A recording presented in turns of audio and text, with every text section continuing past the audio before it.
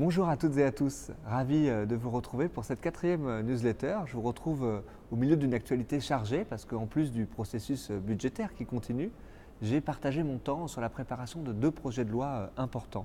D'abord celui sur la croissance et la transformation de nos entreprises qui sera porté au printemps prochain. J'ai ces dernières semaines pu mener plus de 60 auditions pour travailler sur la responsabilité sociale des entreprises et puis le partage de la valeur dans les entreprises. C'est une thématique importante.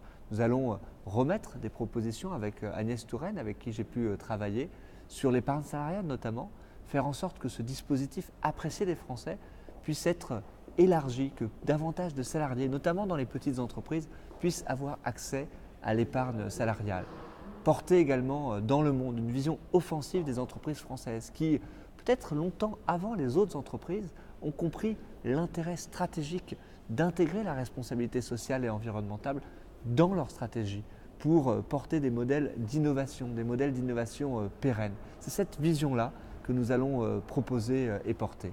Et puis, cette semaine, c'était un moment très important puisqu'il y a eu l'installation de la commission spéciale pour étudier le projet de loi relatif à un État au service d'une société de confiance.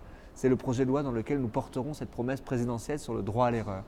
J'ai eu l'honneur d'être nommé rapporteur de ce projet de loi-là. Cela va évidemment être une implication de tous les instants dans les prochaines semaines. Il y a des mesures concrètes, importantes pour les Français, pour les entreprises, la suppression du rapport de gestion pour les TPE, le droit à l'erreur, le droit d'avoir des avis fermes de la part de l'administration, le droit au dialogue aussi. Et puis pour les citoyens, avec ces mesures qui s'appliquent, mais aussi des référents uniques dans les administrations, des horaires d'ouverture élargis.